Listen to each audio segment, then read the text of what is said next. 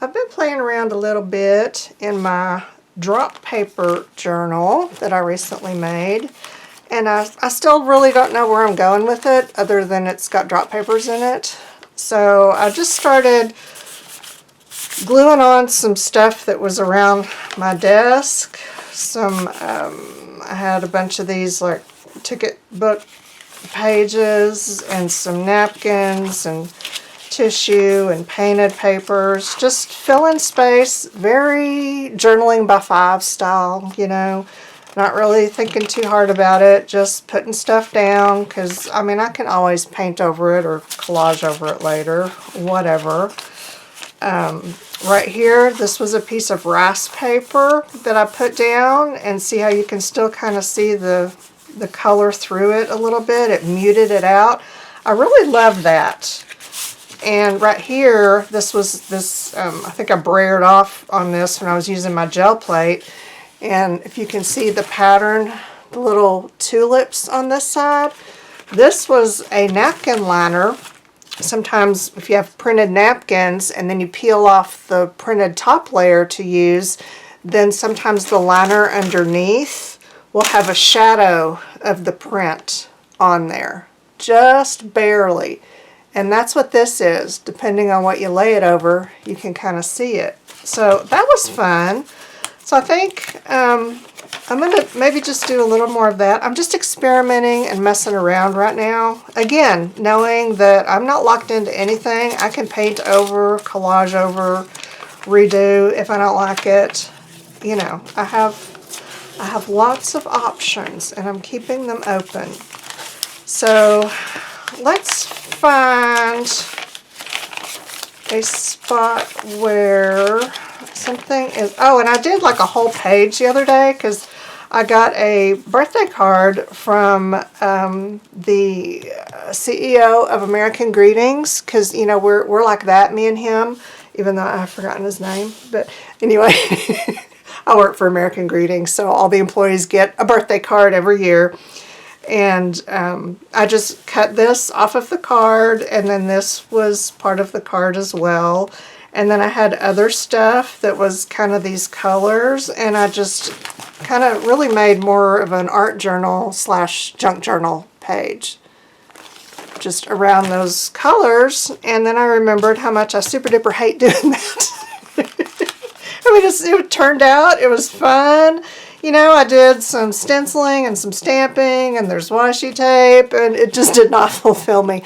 I really want to just like knock out the whole journal at once and just do, you know, have something on every page. I have a hard time going page by page.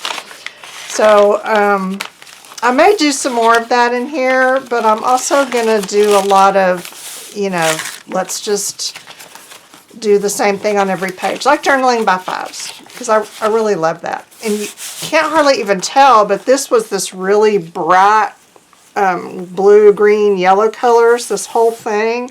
And I put a napkin liner over it, which muted it out. And I love that because it didn't cover it up. And you don't get that weirdness, like if you lightly gesso over something, it looks like you have lightly gessoed over it. Or this, you really can't even tell that I did anything. If you didn't know I had done something, you wouldn't know, basically, is what I'm saying. So I might try a little bit more of that. Toning down and blending in. Let me see if there's a good example. This might be a good example because this has got some really dark, or not necessarily dark, but bold, bright contrast. And let's just see what happens if I take this piece of a napkin liner like that and just glue that on there and see if it helps it blend, or see if it looks like I glued a napkin liner on there. I don't know. I'm going to use, you have to use a highly specialized kind of glue for this, and mine is called mystery glue. This is whatever is in the bottom of my various white glue containers. I pour it in there. It's got some Mod Podge in it, maybe matte, maybe gloss, nobody knows. It's got some Elmer's in it. It's got some, there's some Helmar glue in there. There's some Aleene's. There's some water. There is just no telling what is in that bottle. And as long as it's just a water-based PVA type glue, I don't really care. I just throw it in there. You know, if my bottle's nearly empty and I'm ready to empty it out and move on, I just put it in there. And that's fine. It sticks. That's all I care about. It works. So I'm just kind of tapping this down. I'm not really brushing because that's a good way to rip a big hole in your tissue, which is not the end of the world, but, you know, not necessarily the look that I want here. Oh yeah, that's nice. So I think it's all pretty much down. I'm going to hit it with my heat gun for a second. Okay, I like it. This line right here, it's got kind of a defined line that looks like, oh, napkin liner. So let's see if I can tear that a little bit. Yeah. Kind of smush and rip that so that it doesn't look like so much of a defined line. It's just kind of a mushy mess, which is better. It's much better. Oh yeah. So I don't know if you can really tell how that did kind of tone down the brightness without it looking like a planned attempt to tone down the brightness. So that's basically where I'm at with this. I'm just doing weird things. Let's use another, this is a piece of Chinese rice paper. I don't want it there because I've already used that there. And when I say Chinese rice paper, like I bought it in China from an artist. He's one of the ones who makes those long scrolls that a lot of tourists buy. I bought several, and you know, they do the calligraphy on it with the beautiful watercolor paintings, and I wanted rice paper. I was having trouble finding it, and our translator, bless her heart, she was doing the best she could, but she was having trouble. So we found this literally artist guy on the street, and he knew exactly what I was looking for, but couldn't tell us where to buy it, or I don't know, maybe it didn't translate. Anyway, our translator said he's got some at his house if you want to go to his house and buy some. And so we said, sure. So we go with this guy. Y'all, this is not like in Beijing. This was in it's considered a small town in China called Jinzhou City. And by small town, I mean like about 1 million people. Chinese standards, that is a small town. So there was me and Jason, and then I think 3 Canadian guys that were there, and we were the only Westerners in that city of 1 million people. Our hair stuck out like you wouldn't believe. Because, you know, everyone had black hair. And mine was kind of blonde at the time and just stuck out like a sore thumb. Because, yeah, we felt kind of like celebrities because we were the only Westerners in that city. But, so finding the kind of rice paper that I wanted, which was this, was not easy. So anyway, we go to this Chinese man's house. And I say house, it's an apartment. Everybody has an apartment, like a 5-story walk up. And, you know, on the way over there, I'm like, this, you know, it looks sketchy to me. And by my American standards, you know, it was probably just your average Chinese middle-class neighborhood. But, you know, there's people sitting on the streets baking sweet potatoes in a big trash drum. and, you know, just all kinds of things that I just was not used to. So I thought for sure we were being led to our death. But we get up there, and it was just the cutest, tiny apartment. And he led us into his studio, and he showed us, you know, his art, and he had this big thing of rice paper. And, you know, our translator was trying to negotiate a price. We were doing the haggle thing, and so we agreed on a price plus a piece of his art. So he got out his some of his paintings that he had on hand and said, you know, I could choose one. And I looked through and found one that I really love. And his wife had what I thought was a hysterical fit. I thought I made her angry because, you know, she sounded really angry. And it's really hard to tell because I didn't understand what she was saying. It was just tone of voice. But our translator said, no, she's not angry. She was just excited because that's her favorite painting too. And I picked her favorite, so she thought that was cool. And that was good. And then when we left, they gave us some little, it wasn't ice cream. It was like ice milk cups, which are, you know, and this was 1996, I think. And, you know, at that time, for someone to have that at their house was considered not really a delicacy, but it was like an expensive treat for them. And they shared with us. And it was so hot, so we were so grateful. And that was just like, we were in China for 3 weeks. One of the best experiences that we had. I absolutely loved it. I got my rice paper. I met a Chinese artist. I got to see, you know, just how your average Chinese family lives. You know, and I know their government is a scary mess, and I totally get that. But the Chinese people are not. They are precious and just, you know, trying to live their lives and raise their children just like we are. And, you know, doing the best they can with whatever kind of nonsense their government is doing, just like we are. So, yeah, that was super cool. Anyway, that's where this rice paper came from.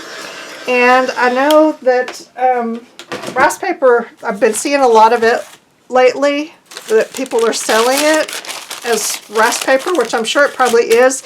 It is not the same as what I bought in China. It is totally different. Texture, everything about it is different. And I'm not sure what the difference is or why. But, yeah, I tried to pick up some more with the rice paper that's being advertised now, and it was not the same stuff. That was not really dry. I need to quit running my mouth and pay attention to what I'm doing. Oh, like that's super wet. I don't know what I did there.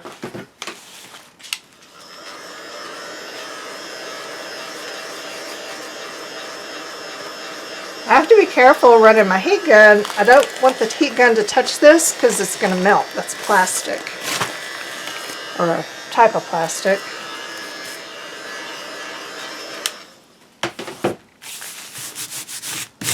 Oh, there.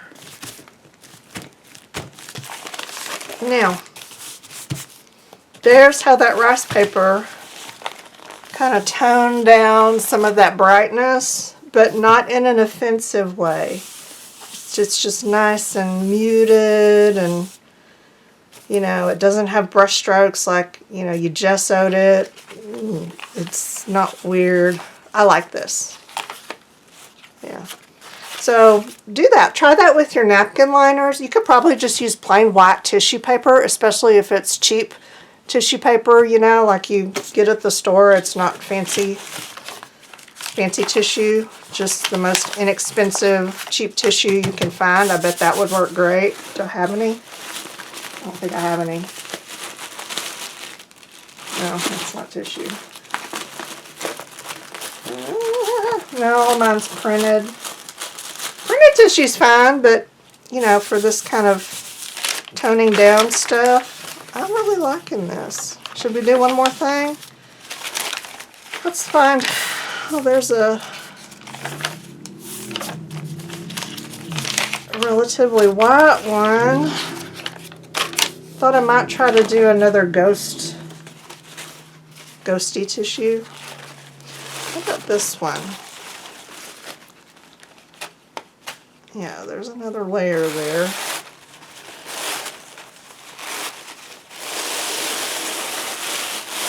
This layer is completely white. This one has a ghost of a print on it. Like that. So I think I'm going to put it, where's this mostly white page? Maybe I'll put it here. Well, let's just see. Like that. No. Like that. And I don't even know how much that's going to show up.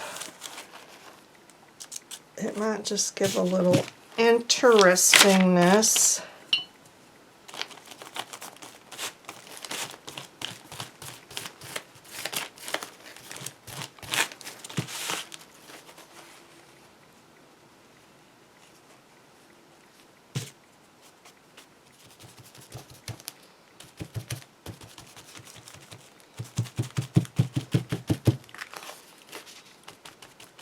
Okay, I think I have all of my edges patted down. And yeah, you can see it. You can see that shadow. So now we'll dry it.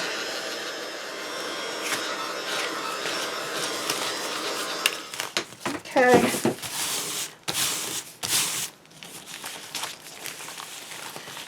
Might continue to do this through the whole book. Just build layers of stuff and see what happens. Papers and scraps and tissues and napkins. I may do that. So, if you have a drop paper book or a painting paper book or any kind of book and you're wondering what to put on your pages, follow along with me and just start slapping crap on there. That's prompt number one, slap some crap. Yeah, let's do this and see what happens. I've recently gotten control a little bit of my painted papers. You know, I've been making a bunch of these little containers, and I have one right here. This is for my scraps. So anytime I have a little scrap, I can just toss in there. And by the way, the thing I love most about these containers is this. You can literally stack and pile them on top of each other, and they don't weigh anything, so they're not going to smush the stuff underneath. So you can just like pile 12 of them on top of each other, and it's perfectly fine. Who knew something like that would bring me so much joy? So yeah, I'm going to put all these scraps in there and just continue to glue and layer and see what happens. So we will visit again once I have more stuff down or come up with another idea. For now, that's all I got. The end.